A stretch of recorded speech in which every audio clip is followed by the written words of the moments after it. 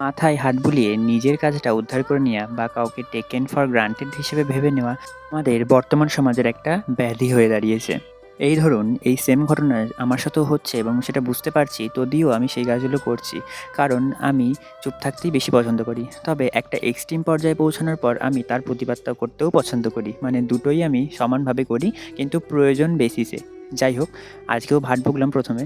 তো hello everyone, আমার নতুন একটি ভিডিওতে তোমাদের সকলকে স্বাগত। আজকের ভিডিওটা ২-৩ দিন আগেকার, মানে আমাদের বাড়িতে যে দিনকে পৌষ সংক্রান্তির উৎসবটা পালন হয় সেদিনকার ভিডিওগুলো এডিট অ্যান্ড পোস্ট করতে অনেকটা টাইমই লেগে গেল আমার। যদিও সেদিনকে সকালবেলা, মানে ওই সংক্রান্তির আগের দিন আমাদের ঘটি বাড়িতে এই পিঠে পুলি উৎসবটা পালন হয়। তো সেদিনকে সকালবেলা আমাদের বাড়িতে হয়েছিল বেগনি, সকলের জন্য, সকলের খাবার জন্য। আর সাথে একটুখানি আলু দিয়েও করেছিলাম আমি, আলুর বেগনি টাইপের। যেহেতু বেসন একটু আমার বেড়ে গেছিলো, ওটা আমিই করেছি সকালবেলা। তো যাই হোক, এরপরে সকলে মিলে লেগে পড়েছিলাম পিঠের আয়োজনে। যেহেতু দুপুরেই সমস্তটা শেষ করার আমাদের ইচ্ছা ছিল। তো ওদিকে মা ঠাম্মা সমস্ত অ্যারেঞ্জমেন্ট করে রেখেছিল। আর আমি খালি একটুখানি সমস্ত পিঠেগুলো সবগুলোই করেছি। বলতে গেলে সবগুলো প্রপারভাবে শেষ পর্যন্ত না করলেও খানিকটা করেছি, যেহেতু আমার বিকেলে পড়ানো ছিল।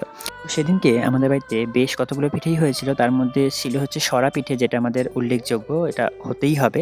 এরপরে সরু চাকলি এবং দুধ পুলিও হয়েছিল, একটু ভাপা পিঠেও হয়েছিল। এছাড়া পাটিসাপটা, এটা আমার রিকোয়ারমেন্টেই হয়েছিল, কারণ এটা আমি আমার ভাই খুব বেশি পছন্দ করি। আর বিশেষ করে আমি পাটিসাপটাটা বানাতে বেশি পছন্দ করি। খাওয়া তো মানে পছন্দ করি, যাই হোক, তো বানাতেও আমি বিশেষ পছন্দ করি। তাই জন্য আমি পাটিসাপটাটা করেছিলাম সম্পূর্ণটা। আর এই সরু চাকলি যেগুলো রয়েছে সেগুলো মানে অল্প বিস্তর করেছিলাম আর কি। সব কিছুই আমার একটু একটু ছোঁয়া দিয়ে রেখেছি।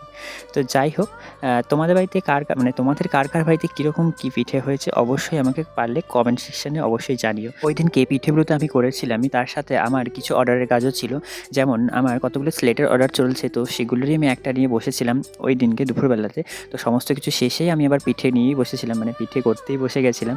যেহেতু আমার খুব পছন্দের কাজ এগুলো, আর আমি এই কাজগুলো হচ্ছে দেখলে আমি না লোভ সামলাতে পারি না যে কখন করব বা কখন এই রান্নাটায় আমি বসবো। আমার মাথার মধ্যে এটাই চলতে থাকে। তো যাই হোক, সমস্ত কিছু শেষে পড়ানো শেষে সন্ধ্যাবেলা আমিও একটু পিঠে নিয়ে বসে গেছিলাম। খুব সামান্যই যদিও নিয়েছিলাম, কারণ অতগুলো খাওয়া আমার পক্ষে সম্ভব হয় না বা আমি পারি না। এবং সবশেষে থাকে ওইদিন আমাদের রাত্রেবেলা, মানে ভোরবেলা পৌষ আগলানোর নিয়ম। তো যদিও এটা ভোর রাতে করতে হয়, তদিও আমরা রাত্রেবেলা এটা করে রেখে দিয়েছিলাম।